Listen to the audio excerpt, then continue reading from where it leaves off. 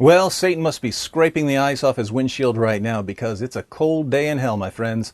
Action heroes Arnold Schwarzenegger and Sylvester Stallone, television actors Kelsey Grammer, Roseanne Barr, and Mayim Bialik, movie stars Minnie Driver and Seth Rogen, talk show host Bill Maher, film directors Eitan Cohen and Ivan Reitman, supermodel Kathy Ireland, and singer Ziggy Marley, son of I Shot the Sheriff himself, have all just called Islam an ideology of hatred and genocide. And they might not even know that they did it. But that's what I'm here for.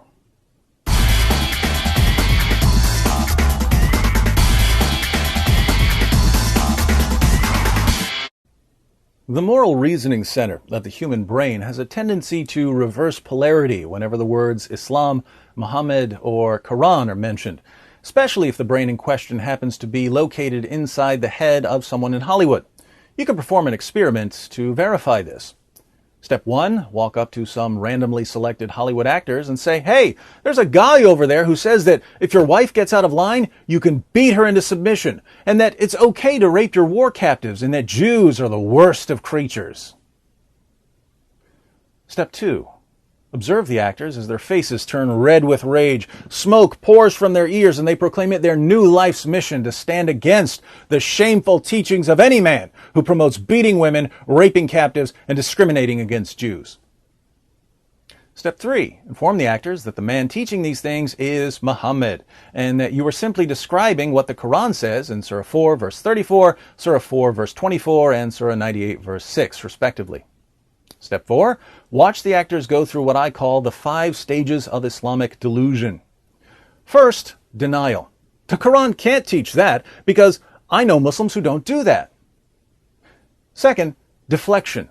But other ideologies can be bad too. What about Westboro Baptist Church? Third, reinterpretation. Maybe what the Quran means when it says you can beat your wife into submission is that you should tickle her with a toothbrush. Fourth, justification. It was a different culture when the Quran was revealed, so I'm sure Muhammad had a perfectly good reason for all of this. Fifth, condemnation. You're a racist, hate-mongering, Islamophobic bigot for questioning the noble teachings of Muhammad. There's a pretty straightforward reason for this 5-stage reaction. You see, most people in the West regard things like beating women or raping captives or racism as violations of moral absolutes. These things are unacceptable no matter what. But we're also taught that Islam is a wonderful religion that promotes all of the same moral values that we believe in. So when someone starts quoting the Quran, proving that Islam calls for the routine violation of moral absolutes, the Western mind gets all jumbled up. And when it can't reconcile everything it's required to believe, it erupts in anger at the source of the confusion, namely whoever pointed out what Islam actually teaches. Now, the 4-step experiment I mentioned has just begun on a massive scale.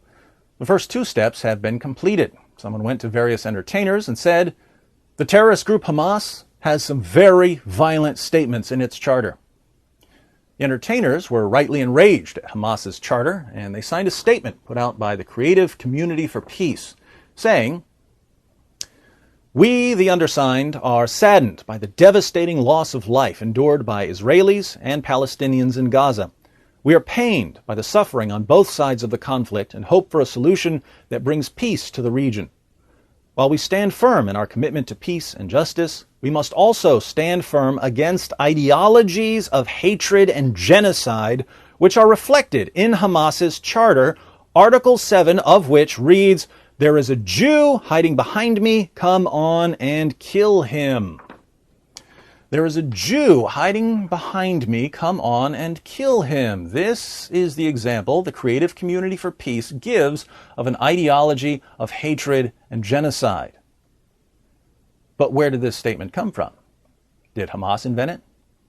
No. All you have to do is read Article 7 of Hamas's charter to see that it's a quotation from Muhammad. In Sahih Muslim 6985 we read, Allah's messenger said, the last hour would not come unless the Muslims will fight against the Jews, and the Muslims would kill them until the Jews would hide themselves behind a stone or a tree, and a stone or a tree would say, Muslim, There is a Jew behind me. Come and kill him. According to Muhammad, the messenger of Allah, the last hour, the final judgment, won't come until Muslims slaughter Jews on an epic scale. Muhammad's message to his followers was, you want your virgins? Start killing Jews. But Muhammad, what if they hide? Don't worry. Nature itself hates Jews. The rocks and trees will help you kill them. If anything qualifies as an ideology of hatred and genocide, this does. But the Hollywood community usually only accepts mindless conformity to the dogma that Islam is a religion of peace and tolerance. So even though actors and directors and musicians can recognize that an ideology promotes genocide when it's attributed to Hamas, it's going to be much more difficult for them to recognize that the exact same ideology is genocidal when it comes from Muhammad. So now, with this video, we're moving on to step 3 of our social experiment.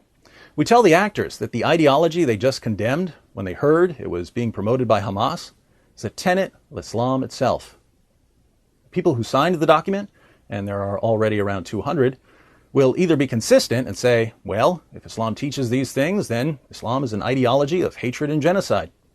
Or they'll enter the 5 stages of Islamic delusion: denial, deflection, reinterpretation, justification, and condemnation.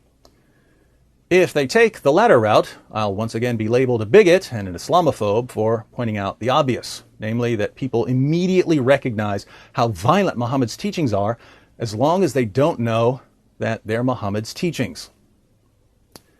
Based on experience, I suspect that Hollywood will choose the path of delusion. But who knows? Maybe Rambo and the Terminator and Frasier and Amy Farrah Fowler will surprise us.